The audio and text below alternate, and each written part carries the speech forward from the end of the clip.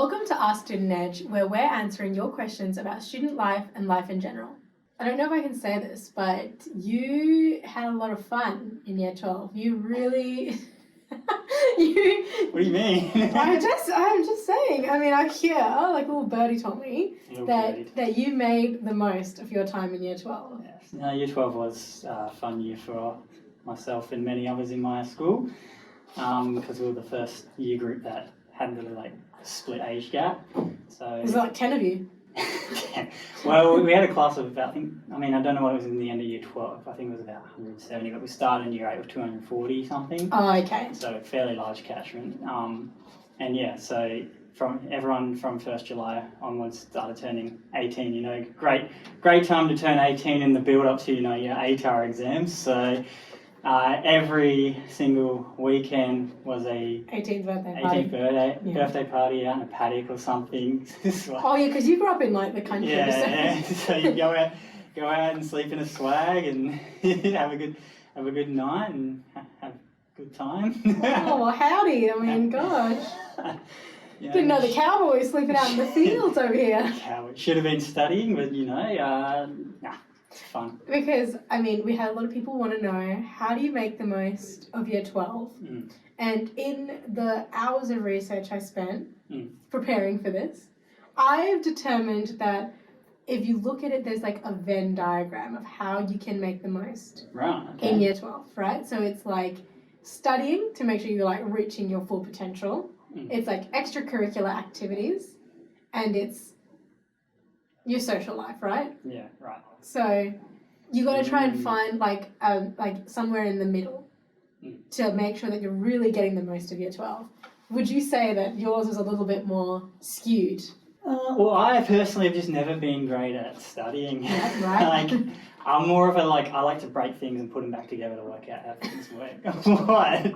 I'm kindergartner, they call it, It's great. I don't know, I just find that works for me. I learn how to do things just by playing around and working out how it works. Yes. I don't know, I never was great at paying attention to the teacher, like droning on or reading. I like reading, but I have to be like super interested in what I'm reading. And, if I didn't take to the subject, and I was like, I'd rather just play paper toss on my iPod Touch. Oh my gosh, as if you're allowed an iPod Touch. Oh, you're not allowed. Oh. So you weren't great at studying, so by the time you got to year 12, you were really in the zone of like, let me make the most of this year. Let me have the most fun I can with my friends kind of vibe. Yeah, definitely. Like it wasn't necessarily intentional effort. It's not like I purposely, it just happened because like I said, most people in my school got on. It wasn't too cliquey as such. So that's really nice though. It was good. So the majority of the time, like I say, 18th, nearly everyone in the year group was invited. So these are not like small gatherings. It's like 170 people. Like 100 people. We're up to 100 people in fact. So it was great. So we all bonded over that. And, there were people who definitely did study like more, or would especially come close to the ATAR.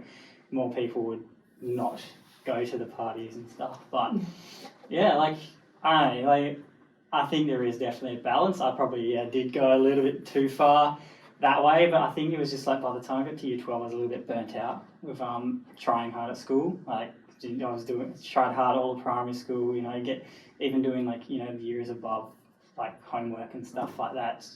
And then by the time I got to year 12, I was like, I'm tired of this. Yeah, no, that's fair. It is a lot. How did you find year 12? Which way were you skewed in the in the Venn diagram? I barely did any extracurricular, so I was really more studying and social, but I think I just took it too seriously. I think as a 17-year-old, I just was like, oh my gosh, this is the be all and end all. I gotta make my life decision now. I'm going to decide my whole future. 40 years of career. But you don't. And I don't know why. I was also so, I don't know why I even care. Looking back, I'm like, why did I even care what my ATAR was? Yeah, it was a big thing, right? Yeah. But, I think about it now and I'm like, I don't even think I remember my ATAR. That's the worst part. I spent so much time trying to achieve this one number and I don't even remember. I have to go look for it and find out.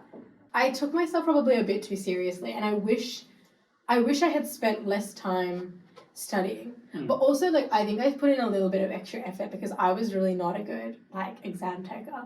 Right. I was not a good test taker. Why is that? I'm still not, to be fair. Like, nothing's changed. Like, you would think I've, like, improved and stuff. I haven't. I get really freaked out. Like, as soon as you put me in, like, test conditions and I know that I have to answer a set of questions within a specific amount of time, it's like I just forget. Like, and it would baffle my teachers as well. Like, they wouldn't get it. They'd be like, we know that you know. Yeah. And they're like, they're like... It's like stage fright. Yeah, genuinely, it was like stage fright. So I never tested well. So I, like, tried... Like, I put myself in, like, test conditions a lot. Like, to try, like, not even to, like, study, just to try and get out of that anxiety. So, like, I think... But, like, in hindsight, I'm like, oh, who cares? Like, I should have just had the mindset of, like, do you know what? Go in, give it your all. If you can't do it, then it's fine. Like, get over it. That's it. But I didn't. It's kind of like having that faith in yourself when you go into those tests. Like, I know this. Like, just, you know, I mean, I know some people have better recall or executive functioning, stuff like that. But, like, were you allowed a lot of notes in your exams? We were allowed notes. And that's, like, the worst part. Like, we could still bring in, like, a page of notes in, like, for some of them. It mostly was like lit and English essays where you had to write lots. Yeah. And it's like I feel as if like my brain at the time was like, I don't know how to remember. I was like George Orwell. Honestly, like I was just like, do you know what? I can only do so many things. I can only write this fast and remember this much information. Yeah. I can't actually think about how I can analytically put these together. Because then, like, you know, you get like sample essays where they're like so well written and they're like the top performing essays. I'm like, I have no idea how this person thought that critically about something in like less than 40 minutes. Like, I have no idea. Like, and it just showed, and it was great because then when I went to uni, I had no exams. Yeah. My entire degree, I had no exams. Good. They were all it's all practical, like you submit like a portfolio thing. Yeah, no, but like, so it was like an essay, so I could do my own research and come back. Yeah, and it's like I chip away at it. Yeah. Yeah, so and I did so much better because I didn't have that pressure of like I've got to know everything now. I could think about it, like let it digest for a few days, and then like write it and then submit it. And it was much better. Yeah, better way for assessing it, yeah. I mean, that's a bit of a commentary on how we assess kids, but I guess that on that, like, based on your experience, what do you take from that to like how would someone who's in Year 12 right now, how would they make the most of Year 12 learning from how you experienced it? I think it's different. Depends on what you're studying, is like what you want to do. Like if you're sat here and you're telling me, okay, I want to be a doctor, or I want to be an engineer, I want to be a lawyer, and you know in your heart that that's what you want to be, I think there needs to be a logical point where you're like, okay, I need to achieve these scores, I need to get this mark, and I need to be prepared to put in this amount of work.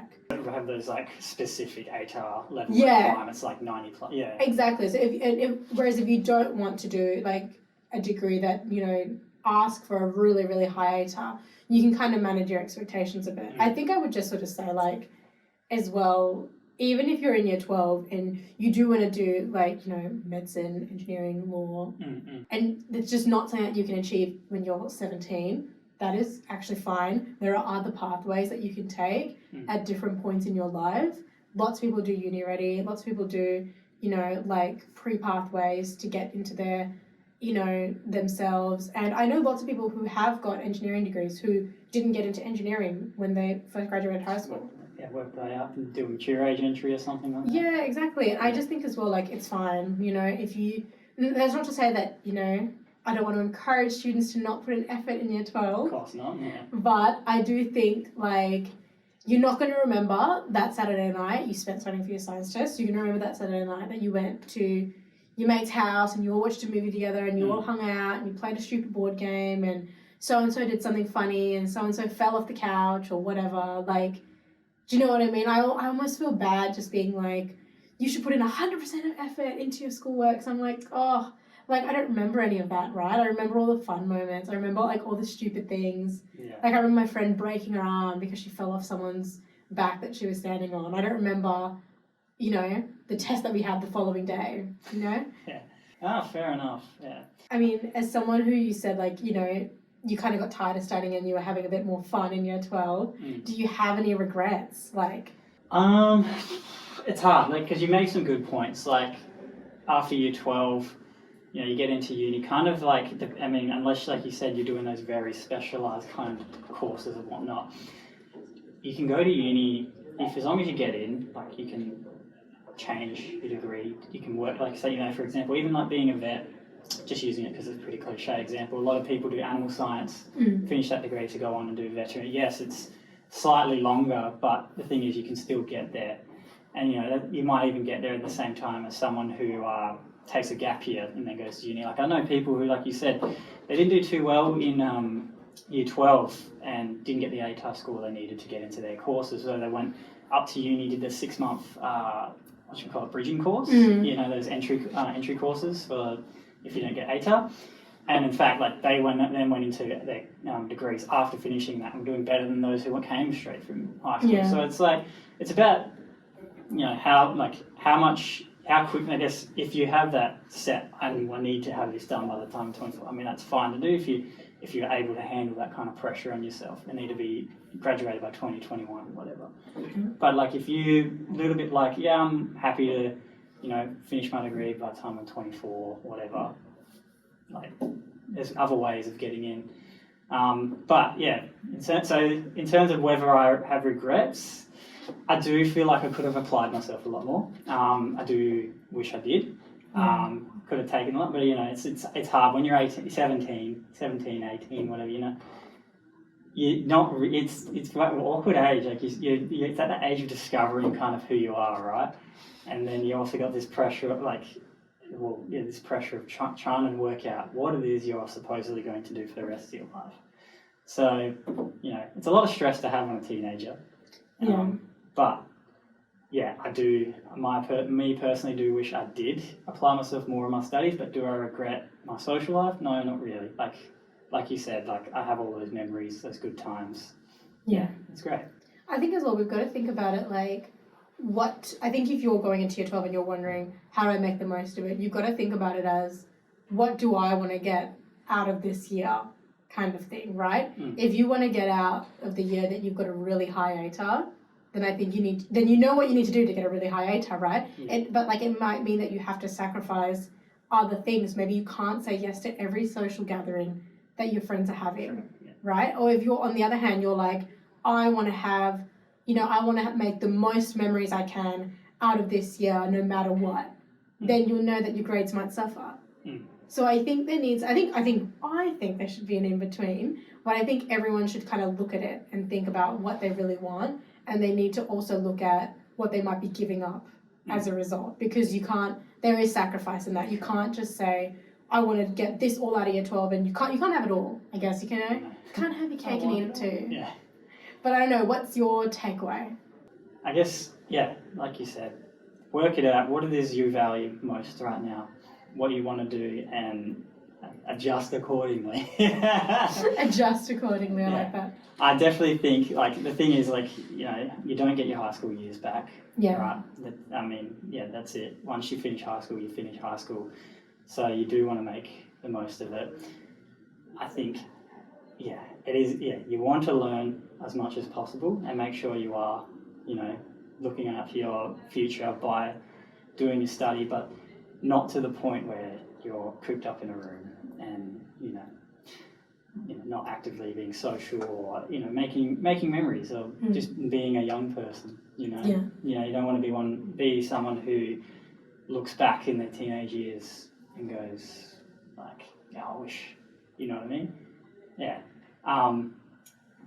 But in saying that, I think, it's important to make most of year 12, not only have that discussion, but have that discussion with your parents. I think a lot of kids feel like there's it's not always true, but sometimes it is like an imaginary pressure from your parents, because your parents just want you to do well, right? And they want the best for you. And so that's why they'll be like, you need to study, you need to get high grades, etc., etc. But they really just want you to be happy, right? Yeah, that's true. And they're also in a different time, Yeah.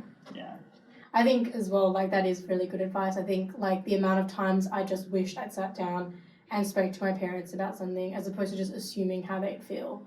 Like, it could have just saved me a lot of grief. And not to say that everyone's parents are going to react positively, but I think I just sometimes wish that, like, and even mine, I don't think mine would always have reacted positively, but I think I just kind of wish I just sat down and said something as opposed to bottling it all up and like worrying about it on my own. Thanks for watching our Student Edge, and if you want some more content like this, like and subscribe.